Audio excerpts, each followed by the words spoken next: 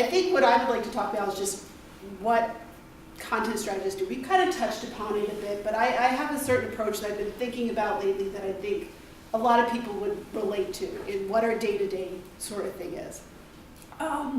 Usually when I describe what content strategy is or how it works and the sort of things we do, I usually use an analogy that a woman named Val Swisher, who's an author and a pretty prolific person in the content strategy world, uses, which is that she usually kind of talks about content taxonomy and closets. And she talks about, well, you know, you have a closet, you have all these clothes, and part of your job is organizing it. Do you put everything as shirts and pants and skirts and, you know, that sort of thing, or do you do it all your red stuff, all your green stuff, all your blue stuff? Neither is wrong, but there has to be some sort of rhythm to it. There has to be something there that makes it searchable, findable, relatable, you know, that sort of thing. So I was thinking about that, and I was thinking about what's been happening, I guess, in the pop culture world. Who's heard of the video series on Netflix about, Debbie mentioned Marie Kondo? Oh. Okay, Marie Kondo's a big thing. Her series is based off of a book. Disclosure, I have not read the book, I have not seen the series, but I've read up a lot on this because I have a lot of friends like, oh, let's, you know, have you done this, have you done that? And I started thinking about it, and I was like, well, you know, I can take that closet analogy a little bit further with what we do on a daily basis as content strategists. When a client comes to us, we have an empty closet with a pile of clean clothes on the floor, which is, my son thinks that's the best method, just have a big pile on the floor. Most people don't like the big pile on the floor. So let's say you have, I like to think of a walk-in closet, but I know not everybody has a walk-in closet, but let's say we have a walk-in closet. Nothing on the walls. We have to figure out how to put this all together. We've got content, that's your clothes. So how do we do this? Well, we have to set up some sort of a structure first. Do we need shelves? Do we need hanging bars? What exactly do we need? So, you know, we do have to kind of look at the content itself and kind of do an inventory or an audit. And from there we say, okay, we need this many rods, this many shelves. And we start, again, organizing it. Marie Kondo kind of talks about not only looking at the whole picture, but again, that spark joy. Let's say you have a sweater in that pile that you haven't worn in 10 years, it doesn't fit. If you love it, you want to keep it in there. But sometimes part of our job is telling our clients, you don't need that anymore. When we were in the car driving here, I was telling Deb about a project that I'm working on right now, which is an e-learning site. And they wanted to make a video that would just tell what a certain self-assessment test was. I was like, I think we only need like maybe a paragraph to describe what the test is. They don't need a whole video about it. That's our job to tell them, that sort of thing. If that sweater isn't serving any purpose and you haven't worn it for 10 years, the Marie Kondo way is say, thank you for your service, bye-bye, you know, get rid of it. So in that way you start to pare down and really keep what you need. That's that quality content that Deb was talking about. From there, you start hanging up. Let's say we decide to go with that, all the pants, all the shirts, all the skirts, all the dresses kind of way of doing it. Your client might say, okay, this looks good. Something's still not right. And you kind of think about it. You know what? I need to separate my shirts out a little bit more. I need the long sleeves together and the short sleeves together because, you know, in the winter it's easier to grab that long sleeve one than try to fiddle around and find it.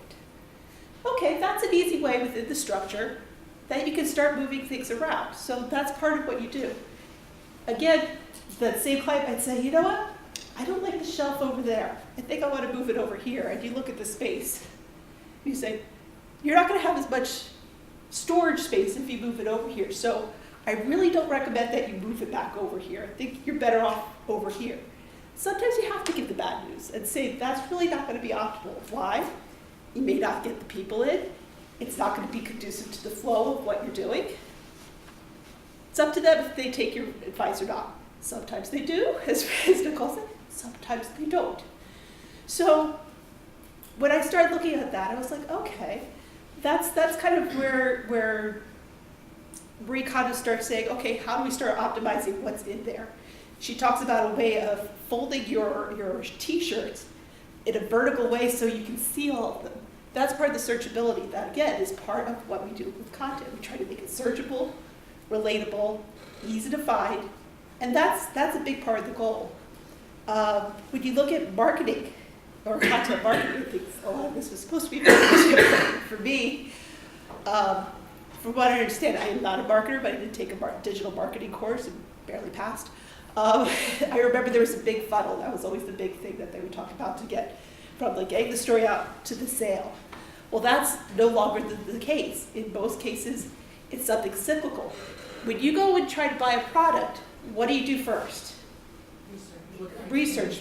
You look it up online. What did we do before the internet? We went from store to store to store and did our own research. Or we just kind of took the salesperson at their word. Said, okay, this is good. When did you look at the owner's manual before the internet? After you bought the product. A lot of what technical writers and technical communicators do is we write the manuals for these things, whether they're online or booklets. Nowadays, that marketing cycle has to do with, you look at the user guide first. Do I understand this product? Does it make sense? Is it serving the purpose that I want it to, so it has quality content in there. And then we make our decision on what we do. So there's different ways of approaching it. So to me, another thing that I was dealing with and relating to Marie Kondo was what I was talking about with structure.